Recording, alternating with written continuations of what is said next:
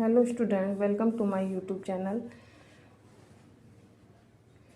Question दिया हुआ है, यदि एक वर्ग की लंबाई में 30% की वृद्धि कर दी जाए और चौड़ाई में 20% की वृद्धि कर दी जाए तो इससे बनने वाली जो आयत की आकृति है उसका क्षेत्रफल वर्ग के क्षेत्रफल से कितना प्रतिशत अधिक होगा।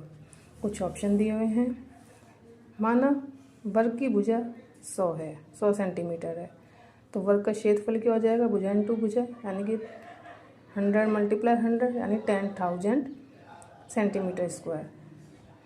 अब वर्ग की भुजा में 30% की वृद्धि की है तो 130 हो जाएगा, और 20% की दूसरी भुजा में वृद्धि की है तो 120।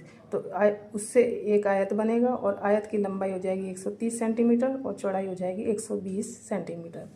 तो आयत का क्षेत्रफल हो जाएगा लंबाई इंटू चौड़ाई, तो इसको इससे मल्टीप्लाई किया तो 15,600 सेंटीमीटर स्क्वायर हो जाएगा। अब वर्ग का क्षेत्रफल और आयत के क्षेत्रफल का अंतर निकालना है, तो 15,600 में से 10,000 घटा देंगे तो 5,600 सेंटीमीटर स्क्वायर हो जाएगा। अब ये कह रहे हैं कि आयत का क्षेत्रफल वर्ग के क्षेत्रफल से कितना प्रतिशत अधिक है। तो वर्ग के क्षेत्रफल से कह रहा है, इसलिए 5,600 अपॉन 10,000 मल्टीप्लाई 100, तो 2 जीरो से 2 जीरो, 2 जीरो से 2 जीरो, यानी कि 56% अधिक होगा किसके, वर्ग के क्षेत्रफल से।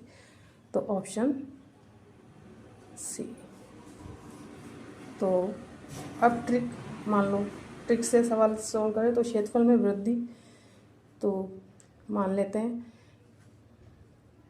लंबाई में x% की वृद्धि और चौड़ाई में y% की वृद्धि, तो x plus y plus x into y upon 100, तो 30 प्लस 20 प्लस 30 मल्टीप्लाई 20 अपॉन 100, तो 30 प्लस 20 50, और 1 जीरो से 1 जीरो, 1 जीरो से 1 जीरो काटा तो 3 2 जा 6, यानी कि 56% आंसर।